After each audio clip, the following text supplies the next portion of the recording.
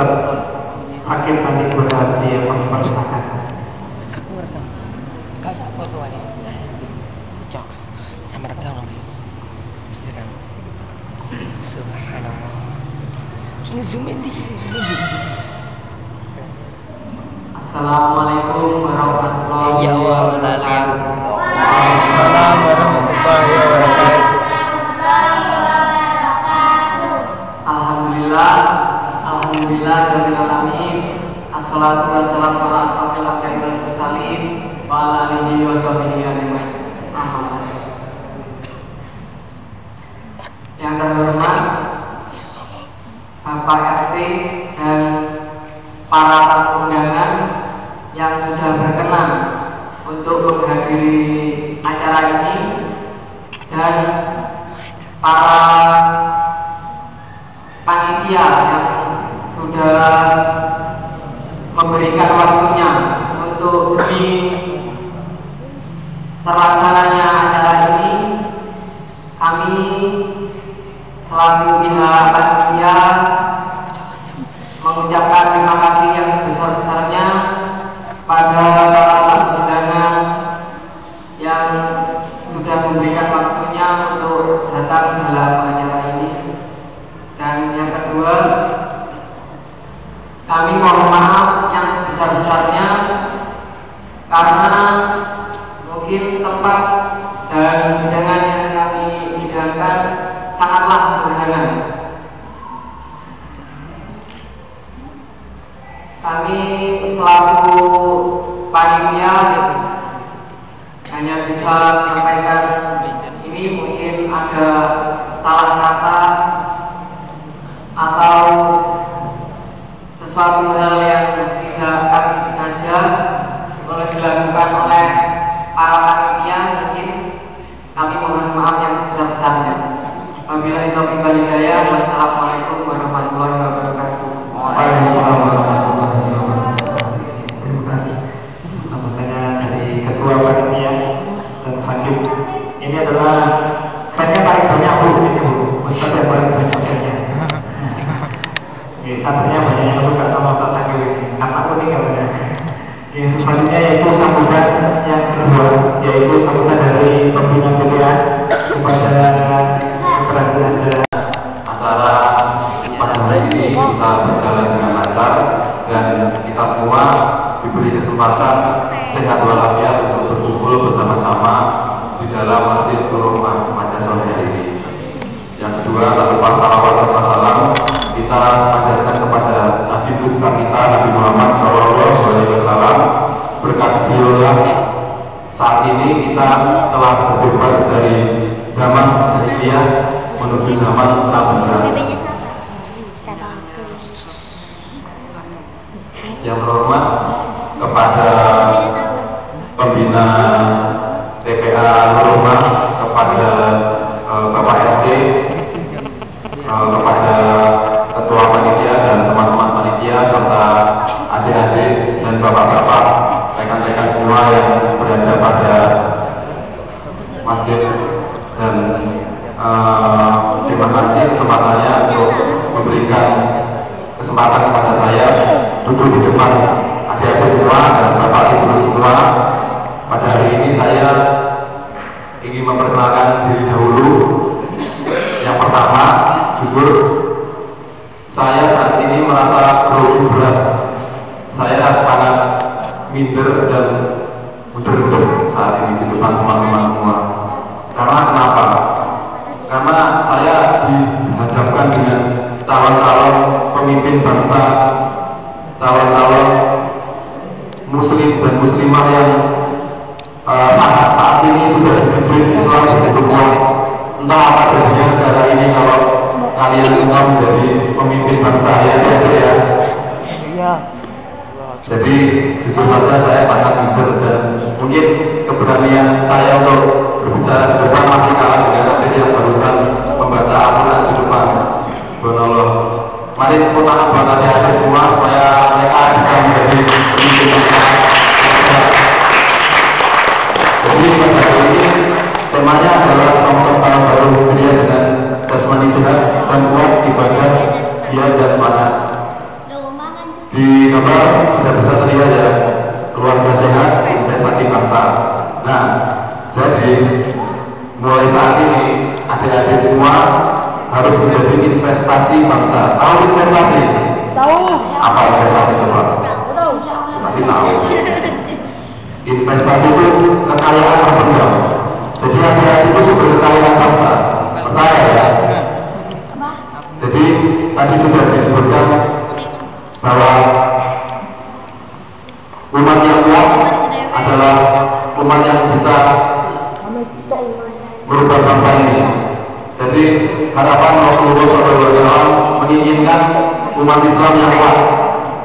Jadi adik-adik jadilah orang yang mencapai cita-citanya dan melaksanakan cita-cita adik-adik secara sehat. Karena saat ini banyak orang-orang yang sudah di atas sana melakukan pekerjaannya secara tidak sehat. Kalian tahu, mungkin adik-adik pernah mendengar kata korupsi atau KKL. Nah itu sudah tidak sehat, itu sudah tidak sehat secara pikiran. Jadi adik-adik harapan sebesar-besarnya supaya menjalankan cita-cita adik secara sehat. Oke, Mas bisa di slide. Nah, ini adik-adik saya, adik-adik saya sedang bahagia menunjukkan mereka itu semuanya sehat walafiat. Ini adalah investasi bangsa. Seumuran adik-adik yang membuat saya pintar ya kan ini. Ya bisa di slide. Jadi pada hari ini tadi sudah disebutkan sama ketua panitia bahwa saya mendapatkan kesempatan untuk bertukar pikiran sharing bersama tentang apa yang dinamakan stroke. Jadi sebelumnya saya mau perkenalan diri dulu ya. Saya Ega Gumelar, saya mahasiswa di Fakultas Kedokteran Universitas Jember, dan sebenarnya ya saya masih belum dokter. Saya masih mahasiswa di kampus fakultas tersebut, dan ucapan tadi bisa menjadikan motivasi saya supaya bisa menjadi seorang dokter yang bisa bermanfaat dalam menjalankan kebaikan sesuai ajaran-ajaran Islam. Nah, langsung saja kita masuk ke materi. Sebenarnya bapak-bapak dan ibu-ibu beserta adik-adik sudah tahu kan apa yang dinamakan dengan stroke itu. Mungkin dalam bahasa awam stroke itu dikatakan lumpuh, ya kan?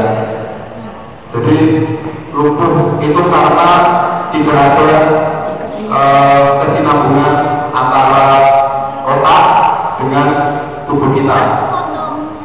Jadi manusia itu bisa berinteraksi adik-adik, bisa makan, bisa minum, bisa mendengarkan, bisa melihat, bisa berbicara, komunikasi sama teman-teman semua.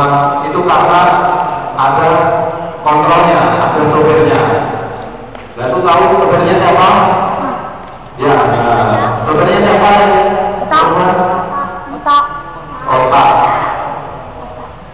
Jadi otak ini adalah pusat sistem syaraf yang paling pusat untuk kerja kita sehari-hari, untuk kesinambungan kita sehari-hari, menjalankan ibadah, lalu mengaji, sholat, itu semua otak.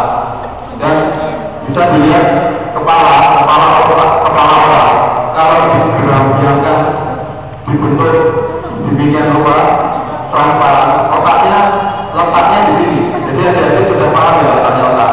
Kalau bapak-bapak sama ibu-ibu pasti sudah paham. Nah ini bentuknya kayak gini, bentuk berkelok-kelok seperti apa? Lemper yang dinyet-nyet.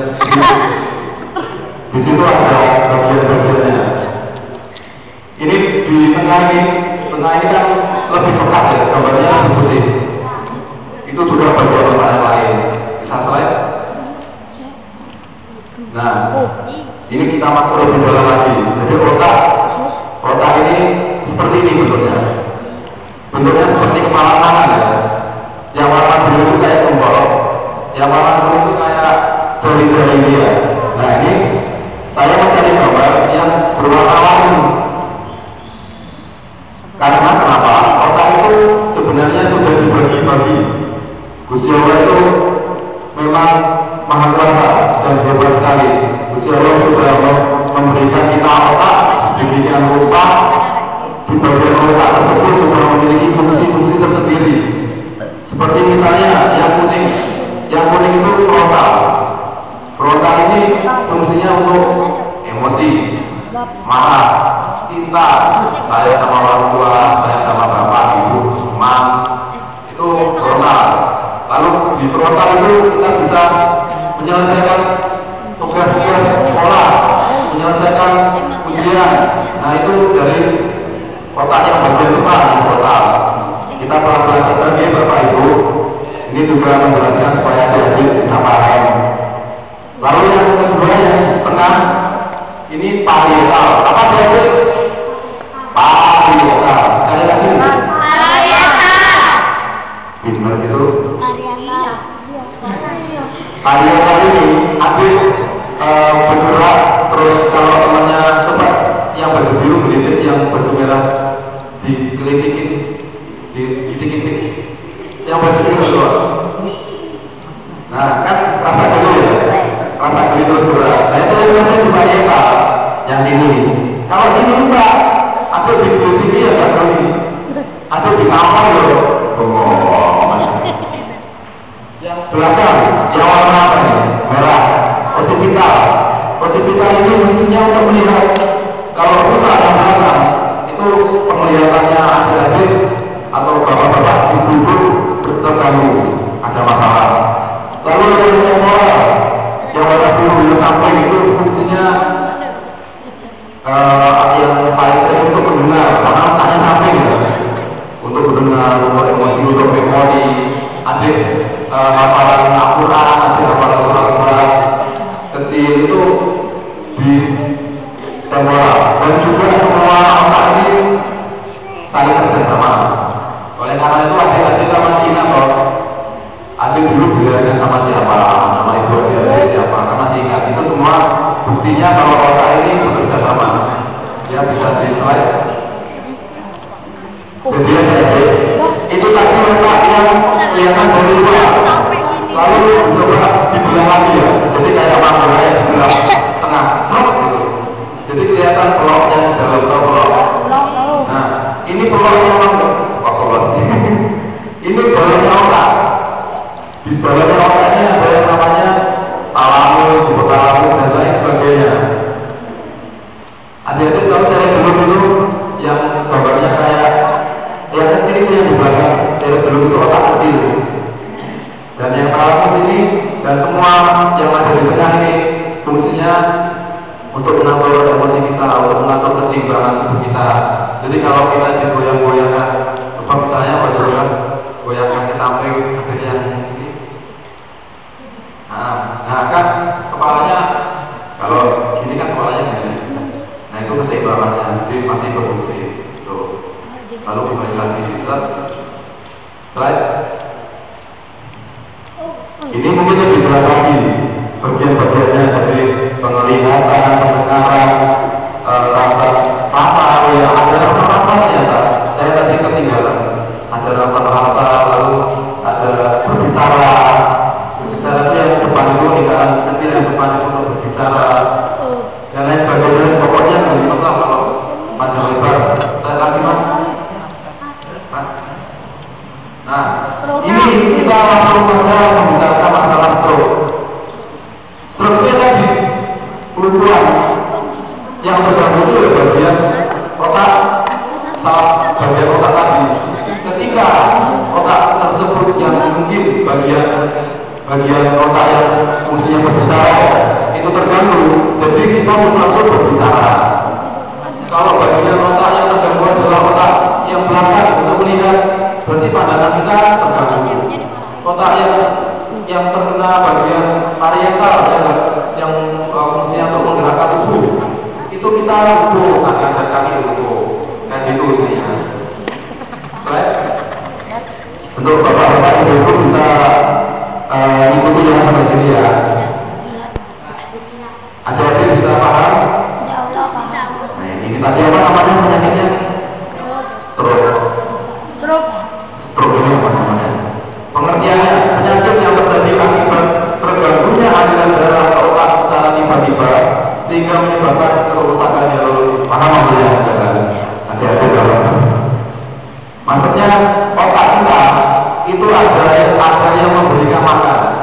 seperti kita nafas.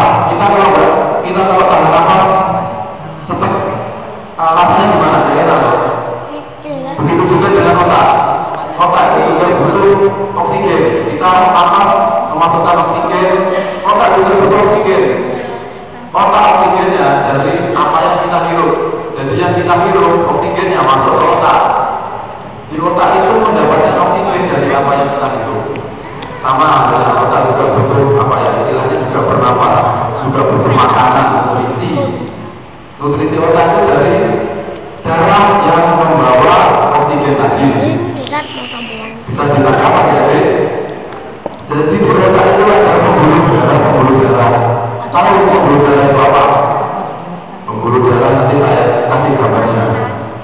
Jadi kalau di tangannya darah itu pembuluh darahnya pecah, di darahnya keluar. Di otak juga itu banyak pembuluh darahnya. Sehingga saya langsung menjelaskan ada dua jenis stroke. Stroke yang pertama adalah stroke iskemik. Stroke iskemik itu apa? Bapak-bapak, ibu-ibu, stroke iskemik itu apa? Stroke iskemik itu adalah stroke di mana aliran darah di daerah tersebut tersumbat. Tersumbat oleh apa? Tersumbat oleh mungkin plak-plak atau sumbatan-sumbatan dari daerah lain, kotoran-kotoran kayak gitu ya. Itu menyumbat di daerah tersebut. Jadi otak tidak mendapatkan oksigen. Oleh karena itu tidak bisa bekerja. Itu kalau kita nggak nafas kan kita harus kita. Apalagi kita puasa, kita kan nggak dapat makanan, itu masalah kita ya loh. Lalu setelah itu stroke yang kedua. Stroke yang kedua ini adalah stroke dekoratif bapak-bapak ibu adik-adik sekalian. Stroke dekoratif itu adalah perdarahan. Jadi stroke dekoratif itu karena pembuluh darah di dalam otak itu pecah, jadi darahnya keluar dan menggenangi di otak, dan itu berbeda dengan iskemik. Kalau yang dekoratif itu karena hipertensi, biasanya karena hipertensi. Yang iskemik itu karena kolesterol. Dan iskemik, yang penyumbatan tadi maksud saya, yang penyumbatan itu lebih sering terjadi daripada yang perdarahan. Memang hasilnya dari penelitian seperti itu. Ini ya otak, ada gambarnya di otaknya adik-adik, bisa dilihat adik-adik, ada pembuluh darahnya banyak untuk memberikan makanan bagi otak. Jadi kalau itu tersumbat bisa stroke. Ya mas, keren mas. Ini perbedaannya yang iskemik atau penyumbatan yang ada warna hitam, di mana pembuluh darah tersebut tersumbat sehingga otak yang terkena sumbatan pembuluh darah itu tidak mendapatkan asupan oksigen atau makanan nutrisi sehingga otak tidak bekerja. Bagian itu apa? Ini gambarnya otak ya. Otak ini juga dari depan. Jadi kelihatan dari depan. Bisa dibayangkan. Lalu yang gambar kedua, ini adalah stroke yang perdarahan. Stroke yang perdarahan ini darahnya keluar dari pecahnya pembuluh darah yang ada di dalam otak tersebut. Nanti kita akan jelaskan gejala-gejalanya apa yang dirasakan antara sumbatan dan perdarahan. Ya mas, bisa selanjutnya namanya. Ini jadi 85% lebih sering mengalami yang sumbatan dan 15% itu yang perdarahan. Mas bisa selanjutnya, mungkin ada videonya, yang video 1 kayaknya bisa diputar aja. Jadi ini ada faktor resiko nanti saya jelaskan.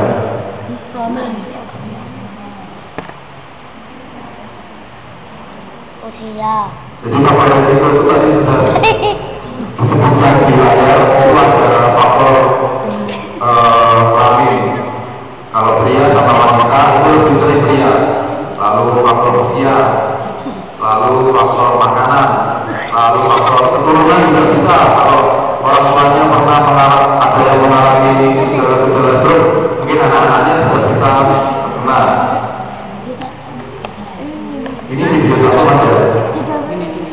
Nah, ini ya terlihat manusia yang berbeda di dalam kelihatan otaknya.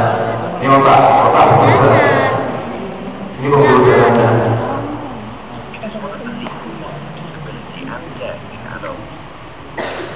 Jadi otak itu bentuknya kayak gini kalau dideteksi. Banyak pembuluh darahnya. Ada yang kan terutama bentuknya otaknya jelas. Dalam ini kalau sudah di pulang ke depan dia kayak gini. Nah ini yang iskemik atau penyumbatan. Jadi darah otaknya nggak kena. Oh ini benar. Ini bisa sama rokok apa resikonya. Ini yang berbahaya. Lalu yang kedua hipertensi. Lalu yang ketiga diabetes. Lalu obesitas. Miras, minum keras, keturunannya juga bisa usia, kelamin.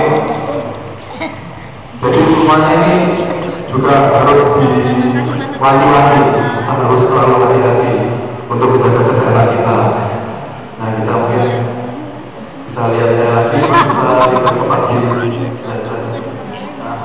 Nah ini ya, ini antihistamik, jadi pembuluh darah yang di sini itu tersumbat.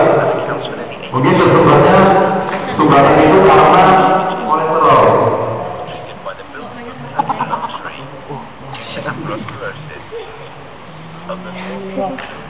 Atau juga bisa karena kotoran dari daerah lain, mungkin dari pembuluh darah lain yang lari menuju otak dan mampetnya di situ. Nah, mengakibatkan stroke yang iskemik. Ini misalnya di dalam pembuluh darah ini pembuluh darah darahnya ini. Ini adalah sel darah merah dan sel darah yang lain. Nah, ini kolesterol jahat ini masuk ke bagian tepi pembuluh darah. Kalau berlebih itu menyumbat, itu bisa menyebabkan penyempitan penyempitan pembuluh darah. Ini ada dua jenis penyempitannya tebal seperti ini. Ini kan. Nah, penyempitan yang tipis seperti ini. Jadi selanjutnya itu tipis sekali. Oleh karena itu gampang menggumpal darahnya di dalam. Kalau darah semakin lama menggumpal di situ, ini yang bisa mengakibatkan kalau ini lepas, ini bisa lari kemana-mana. Kalau yang lebih bahaya itu yang tipis tadi. Jadi sumbatannya itu bisa jebol kalau lari kemana-mana. Kalau pas-pasnya diletak, jadi tersumbat iskemik. Lalu yang kedua karena dekorasi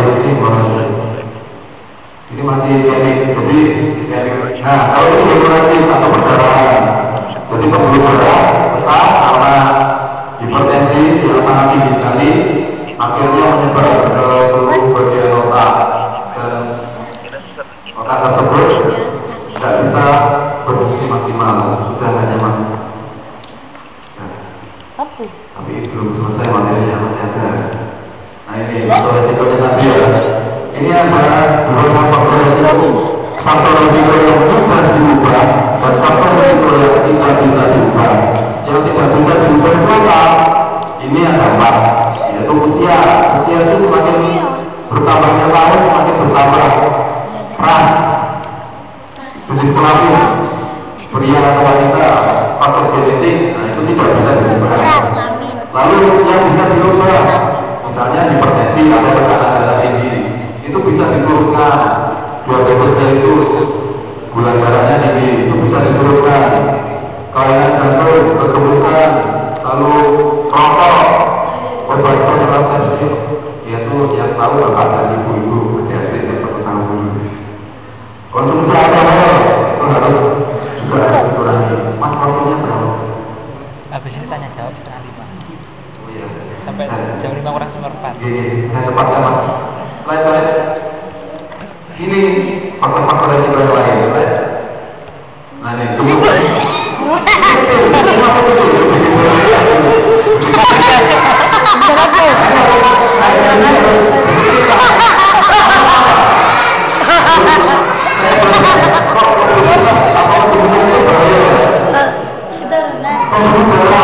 Itu nanti kemudian sama-sama. Jadi dalamnya itu semakin menipis, menyempit. Jadi berbahaya maksudnya. Jadi kalau saya itu ya umum, tapi ya saya berusaha gagal agak susah. tadi. Itu mamanya loh, salah. Maksudnya, nah.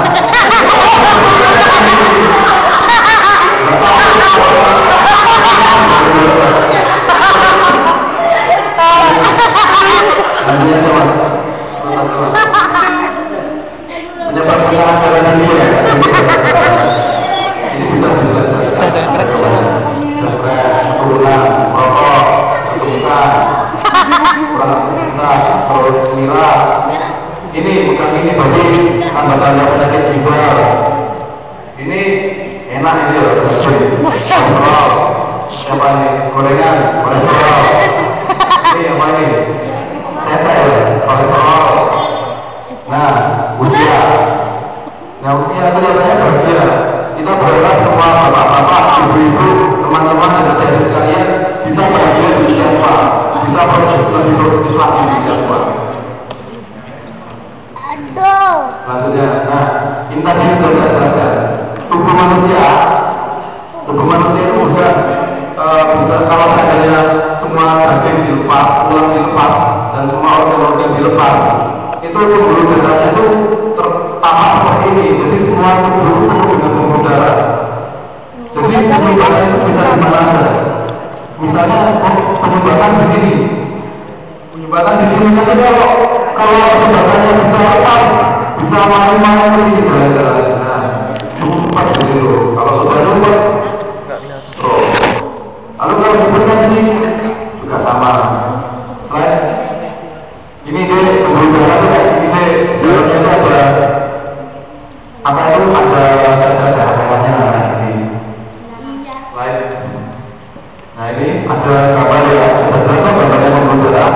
Ada penyumbatan di seluruh itu.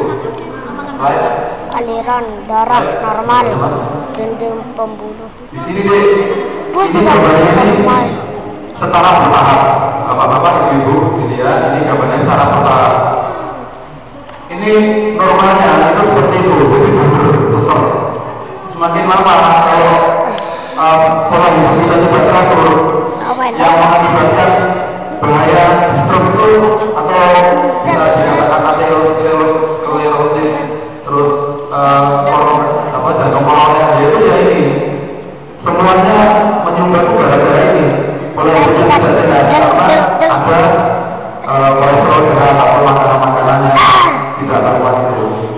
Susu sebenarnya fakta telah membuktikan seluruh yang masih belia seperti kita, seperti adik-adik, itu sudah ada penyumbatan meskipun masih kecil. Jadi bagaimana caranya agar penyumbatan itu tidak bisa bertambah lagi?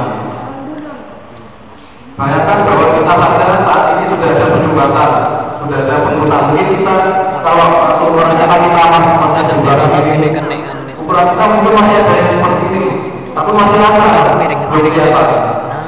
Mungkin bapak-bapak atau ibu-ibu kita tidak tahu sudah sampai mana. Semoga aja masih sehat, masih programnya masih lebar lagi. Ini sama sih ya tadi. Istilahnya kalau penyumbatan itu namanya apa? Penyumbatan itu diakibatkan karena kolesterol. Mungkin terdengar ya, kalau kolesterol itu identik dengan hal-hal yang harus disingkirkan, makanan-makanan yang tidak, makanan-makanan yang enak, terus berkaitan dengan kebutuhan. Sebenarnya tidak. Kolesterol itu ada kolesterol jahat dan kolesterol baik. Bapak-bapak, ibu-ibu pasti sudah mendengar. Kalau yang jahat itu LDL, low density lipoprotein. Ketika LDL itu banyak, itu akan menumpuk di sini, di dinding pembuluh darah. Beda lagi dengan LDL, high density lipoprotein, itu pahlawan, itu kolesterol baik. Tugasnya itu untuk menarik ini, menarik banyak ruang, lalu disampaikan ke hati dan dari hati itu sini ya, bukan sini. Di sini untuk dibuang. Jadi kalau LDL-nya lebih tinggi dari LDL, biasanya sakit-sakit di sini mas.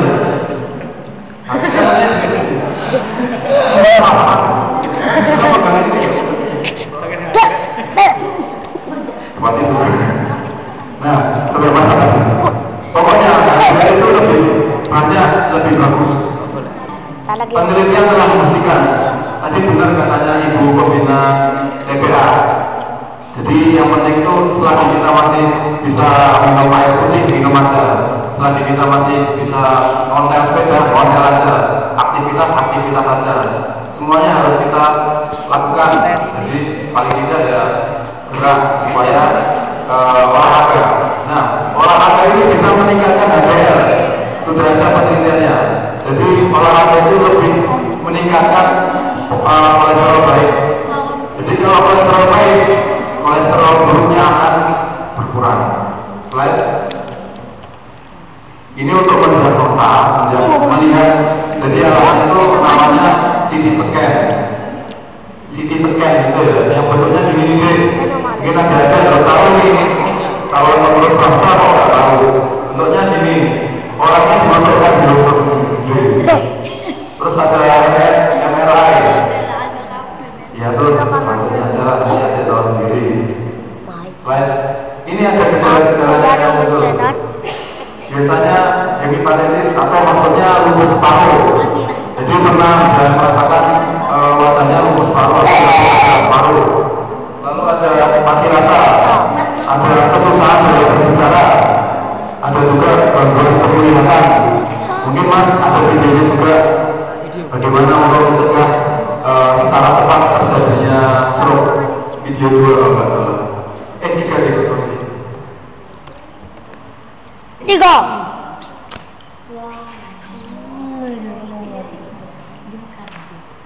Ini seumuran dengan ini stroke ya, rasanya kayak gini nih. Otak tuh rasanya kayak terbakar. Bisa digambarkan kayak gini stroke itu. Ada suaranya? Suaranya. Bisa, nggak apa-apa sih Mas, nggak apa-apa. Bahasa Inggris kok. Ben sing bahasa Indonesia. Bisa di awal aja. Oh, bisa. Yang pertama di face, dilihat wajahnya. Wajahnya itu terlihat berubah tidak. Ini kalau maksudnya kita sebagai orang sehat, kita harus antisipasi pada teman-teman kita. Yaitu cara cepat untuk mengantisipasi adanya stroke itu dengan cara fast, FAST. Fast itu cepat ya. F yang pertama itu face, dilihat face-nya wajahnya. Ada berubah atau tidak. Selanjutnya langsung dilihat arm itu tangannya lumpuh enggak, disuruh gerak bisa enggak ya, itu langsung dilihat arm. Lalu S speed itu apa? Berbicara. Ada yang kesusahan enggak dalam berbicara, itu harus langsung hati-hati, gerak cepat. Jadi kalau begitu ngomongin dulu, ini bisa bagus ya. Itu time. Ini kalau saya ngambil di Amerika, jadi teleponnya ke sini. Kalau di Indonesia, teleponnya langsung aja ke UGD setempat, ke rumah sakit setempat. Jadi ada fast. M yang pertama face, yaitu wajah. A, arms, lengan atau kaki. S, speech, cara bicara. T, time. Jadi setempat mungkin kita harus panggil orang yang kita berbaca. Medis. Yang pertama apa? Face. Itu apa? A. Am. Bahasa Inggris. Itu kamu bahasa Inggris. C.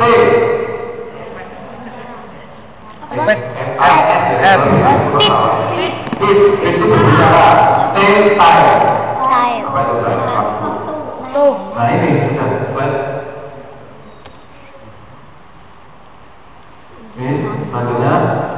Selanjutnya ini untuk pengobatannya susah sekali.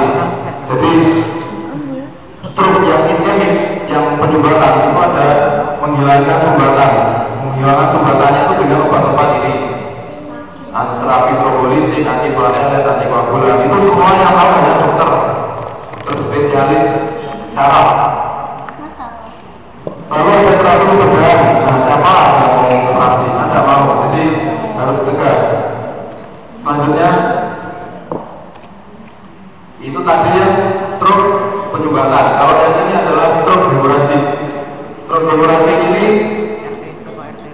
pembedahan untuk lokasi perdarahan. Jadi darahnya itu harus dikeluarkan. Lalu terapi suportif, lalu mengatasi perdarahan. Jadi kalau perdarahan itu dikarenakan pembuluh darah yang pecah atau menyumbat. Jadi darah itu sebisa mungkin harus dihilangkan supaya kerja otak yang bagian itu bisa bekerja secara normal lagi. Selanjutnya, nah, apa sih yang akan kita lakukan ketika kita bertemu dengan orang yang sudah stroke? Mungkin ya mohon maaf sebesar-besarnya kalau ada keluarga atau ada orang yang telah mengalami stroke. Ini adalah salah satu motivasi yang paling penting itu adalah dari sahabat dan dari keluarganya. Jadi harus dibuatkan semangat dari beliau, memotivasi beliau untuk tetap sabar karena pengobatan dari stroke itu lama sekali. Jadi ini bisa dilihat ini ya, ini orang stroke ada di dalam kamar. Jadi orang stroke yang di garis-garis itu misalnya bagian tubuh yang lumpuh, bisa dibayangkan. Bagian yang di garis-garis itu adalah bagian tubuh yang lumpuh.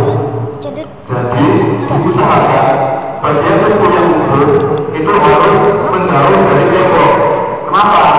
Karena kalau menjauh dari tembok, tak bagian yang lumpuh itu harus dipaksa untuk bergerak. Jadi kalau yang di sampingnya tembok itu kan santai aja, santai, nggak apa-apa, nggak bisa ngambil air kalau di tepinya tembok. Jadi misalnya di sisi sini, sono. Yang pokoknya kalau di sampingnya tembok itu yang sehat saja.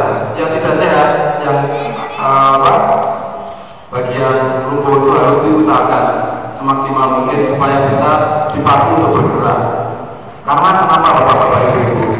Kadang-kala ada pertanyaan seperti ini, bisa nggak sih stroke itu disembuhkan? Sebenarnya bisa. Dari penelitian 20% itu mengalami kematian, tetapi lebih dari 50% stroke itu bisa dikurangi. Jadi kadang-kala dari stroke tadi ada hipertensinya, ada gula darah tinggi, semuanya itu sudah normal. Tetapi kalau beliau masih belum bisa menggunakan tangannya atau beraktivitas, beliau masih belum bisa merasa sehat, tetapi semua bagian tubuh di dalam itu sudah sehat semua. Jadi di dalam penyakit stroke ini pengobatannya lama sekali. Tapi ada beberapa faktor-faktor yang bisa mengibatkan cepat atau tidaknya. Ada yang cepat, ada yang sedang, ada yang lama. Justru ada yang sudah fatal sekali. Jadi itu adalah tugas dari keluarga untuk tetap menyemangatinya, tetap memberikan beliau kesabaran dan semangat. Dan tempatnya kayak gini kalau kita di kamar. Ingat ya, ini beberapa ibu kalau ada tetangganya yang seperti ini dinasihati seperti ini. Baik. Nah, ini insya Allah bermanfaat cara kita tetap sehat, menikmati hidup sehat-sehat saja mas. Yang pertama adalah pada orang yang merasa tetap aktif dari segi jasmani dan rohani, mengikuti kegiatan sosial dan keagamaan. Tadi sudah dijelaskan macam lebar oleh Ibu Pembina, jadi saya hanya memberikan garis besar seperti itu tadi. Semoga apa yang sudah saya sampaikan bisa bermanfaat dan sebesar-besarnya saya mohon maaf karena kesempurnaan adalah diri Allah Subhanahu wa Ta'ala dan manusia adalah tempatnya lembut dan hilang. Kalau ada pertanyaan silakan, ya saya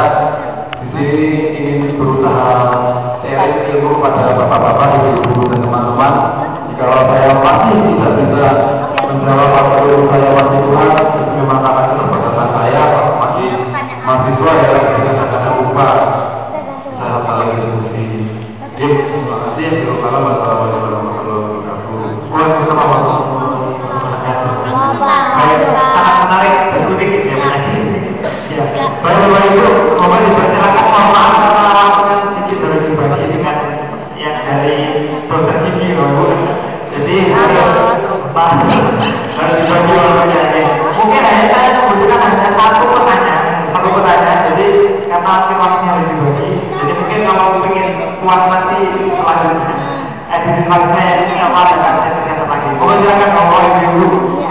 Ibu-ibunya nggak ada? Baca buku Gina. Tahu dia tuh, siapa bu? Oh iya, mas ini mohon satu pertanyaan. Dia dikasihkan masih dulu.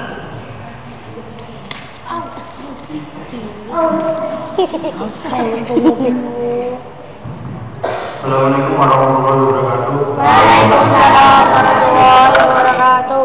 Saya mempunyai nenek yang itu sudah terkena diabetes ya. Dia terkena stroke selama 11 tahun dari kelas 9 sampai kelas 2 SMP. Dari sini saya sudah mengobati dia. Beliau sudah beli obat alternatif, obat kimia dan sebagainya. Namun dari waktu-waktu dia kepala enggak, maksudnya itu enggak ada perbaikan dalam dirinya. Nah ini apakah benar karena saya salah ataukah memang diabetes stroke itu sulit untuk disembuhkan? Jadi yang saya tahu kan biasanya stroke itu kan tinggi itu. Nah ini kok diabetes? Mas siapa tadi? Mas Ginanjar. Mas Ginanjar. Rasa dalam arti Nanti Mas Ginanjar, terima kasih pertanyaannya. Saya mencoba menjawab ya. Jadi tadi yang sudah saya jelaskan untuk stroke itu bisa terjadi karena macam-macam faktor risikonya. Yang pertama hipertensi yang saya garis bawahi tadi. Yang kedua ada juga darah tinggi, itu juga bisa. Mungkin tadi sedikit kelewatan, tapi saya sudah mencantumkan di faktor-faktor risikonya, yaitu darah tinggi. Memang darah tinggi itu bisa memacu